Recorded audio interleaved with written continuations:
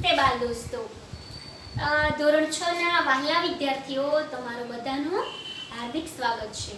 મિત્રો, પુસ્તકો તો તમે લઈ ગયા છો, તો પુસ્તક ખોલીને તમે જોયું હશે. તો આજે આપણે હિન્દીમાં સરસ મજાની કહાની ચિત્રપાઠ જે છે તે જોઈશું. પાઠ્યપુસ્તકની અંદર આપણને જુદા જુદા 9 ચિત્ર આપેલા છે અને 9 ચિત્રને જોડી અને એક સરસ મજાની વાર્તા, જેને હિન્દીમાં આપણે કહીએ છીએ કહાની, તે બને છે. તો આજે આપણે આવી સરસ મજાની वार्ता जोईशु.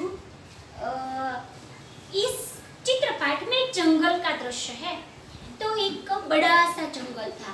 उस जंगल में कई सारे पशु और पंखी रहते थे.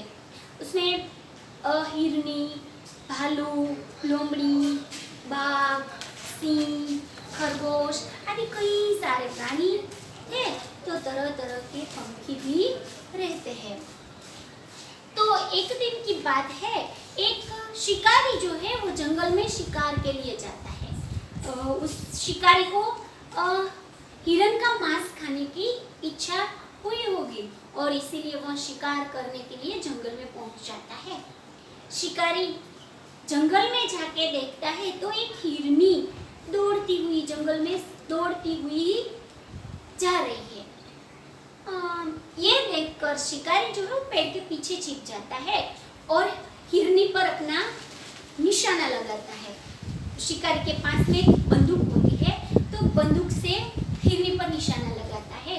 शिकारी की बंदूक में से निकली हुई जो गोली है वो सही निशाने पर पहुंचती है और हिरनी की टांग में लग जाती है.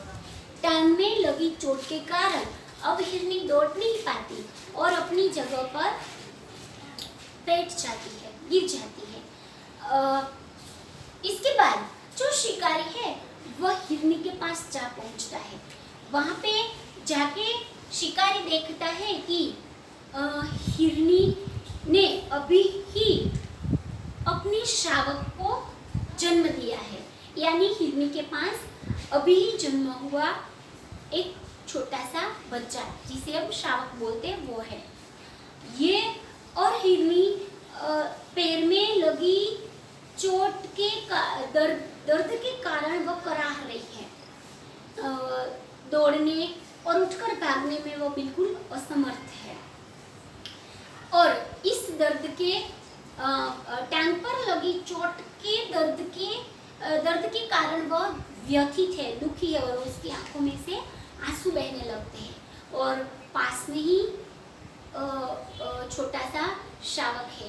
यह देखकर शिकारी यह जब दृश्य देखता है तो शिकारी के हृदय में मानवता जाग उठती है और उसका जो हृदय है उसका परिवर्तन होने लगता है. उसने जो ये गलती की है हिरनी को गोली मारने की, उसे अपनी गलती पर बहुत ही पछतावा होने लगता है. फिर वह सोचता है कि ये जो मेरी गलती है उसे ठीक करने के लिए अब मुझे क्या करना चाहिए. तो हिरनी का जो दर्द है वो उसे देखा नहीं जाता, इसीलिए शिकारी जो है वो हिरनी को उठाकर प्राणियों का जो अस्पताल होता है वहाँ पे ले जाता है और की टांग पे जो चोट लगी थी उसकी मरहम पट्टी करवा के, उसका इलाज करवा के वह हिरनी को जब तक वह ठीक नहीं हो जाती तब तक उसकी सब कुछ ख्याल रखता है. हिरनी का ठीक से ख्याल रखता है और जब हिरनी ठीक हो जाती है तो उसे वापस जाके वह जंगल में छोड़ आता है.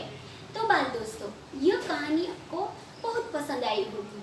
अब इस कहानी में अभ्यास और स्वाध्याय में यह कहानी यदि आप ध्यान से सुनेंगे तो उसके अभ्यास और स्वाध्याय में जो प्रश्न है उसके उत्तर आपको ऐसे ही आ जाए, लिख सकते हैं. उसके जो जवाब है वो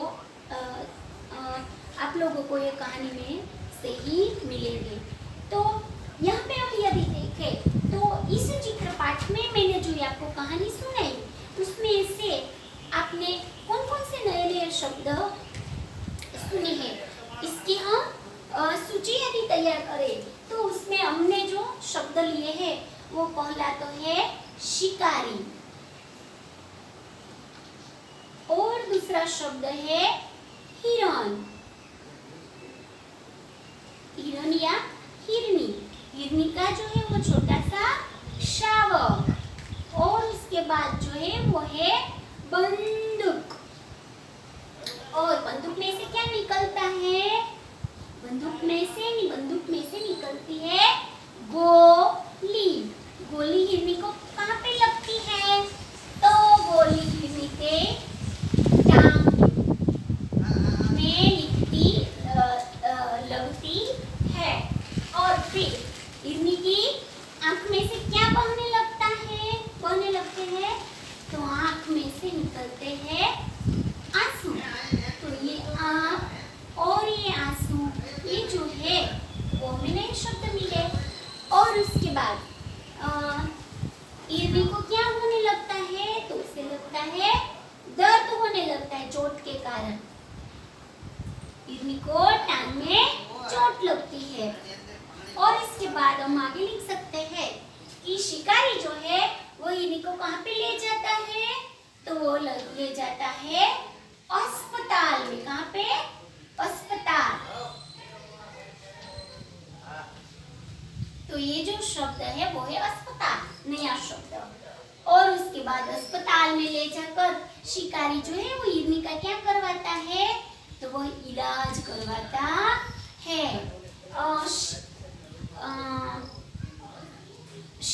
शिकारी जो है वो हिरनी और उसके शावक का जो दृश्य देखता है गोली लगने के बाद, तो उसका क्या होने लगता है? तो उसका हृदय परिवर्तन होने लगता है। तो हृदय परिवर्तन ये शब्द जो है हम साथ लिखेंगे। और इसी हृदय परिवर्तन के कारण ही उसे हिरनी पर क्या आ जाती है? तो उसे आ जाती है दया। तो ये दया भी नया शब्द मिला हमें। तो बाल दोस्तों, हिरनी का पुल्लिंग जो है वह है हिरण। ये भी हमारे लिए नया शब्द है। और उसके बाद जो मिले शब्द वो है जंगल। कहाँ पे जाता है शिकारी? शिकार करने के लिए जंगल। तो जंगल में क्या होते हैं? तो कई सारे पेड़ और पौधे होते हैं। पेड़ होते हैं बड़े बड़े और छोटे छोटे पौधे होते हैं। और इसके बाद यदि हम देखें तो और नया शब्द कौन सा मिलता है? तो जंगल में कई तरह के जो प्राणी होते हैं, जो पक्षी होते हैं, उसके हमें नए शब्द मिलते हैं। और ये आपको अपने आप लिखना है।